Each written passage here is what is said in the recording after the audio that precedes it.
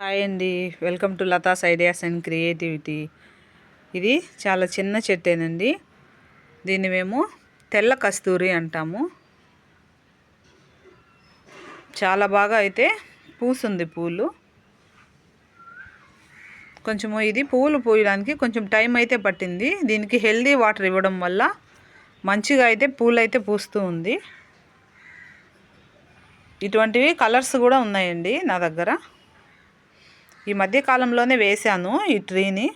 ఒక 5 or 6 months అయింది నేను వేసి.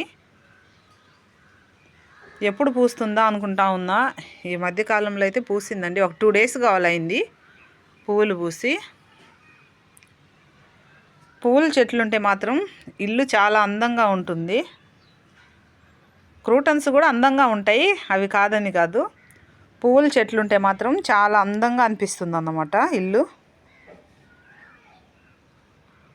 బాగా పూస్తుందండి ఈ ఫ్లవర్స్. ఇంకా మొగ్గలు కూడా ఉన్నాయి.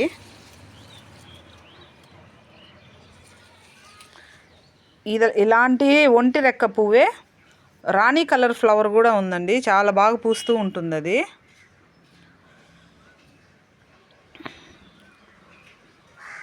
వీటికైతే ఏం మనము ప్రొటెక్ట్ చేయకపోయినా కూడా ఈజీగా బతికేస్తాయి ఈ ట్రీస్. బాగా అయితే పూలు పూస్తూ ఉంటాయి అన్నమాట. కొంచెం ఎప్పుడైనా కొంచెం హెల్దీ వాటర్ ఇస్తూ ఉంటే చాలన్నమాట. చాలా మంచిగా అయితే ఫ్లవర్స్ పూస్తుంది. ఓకేనండి, మరొక మంచి వీడియోలో మరలా కలుస్తాను. బాయ్ అండి.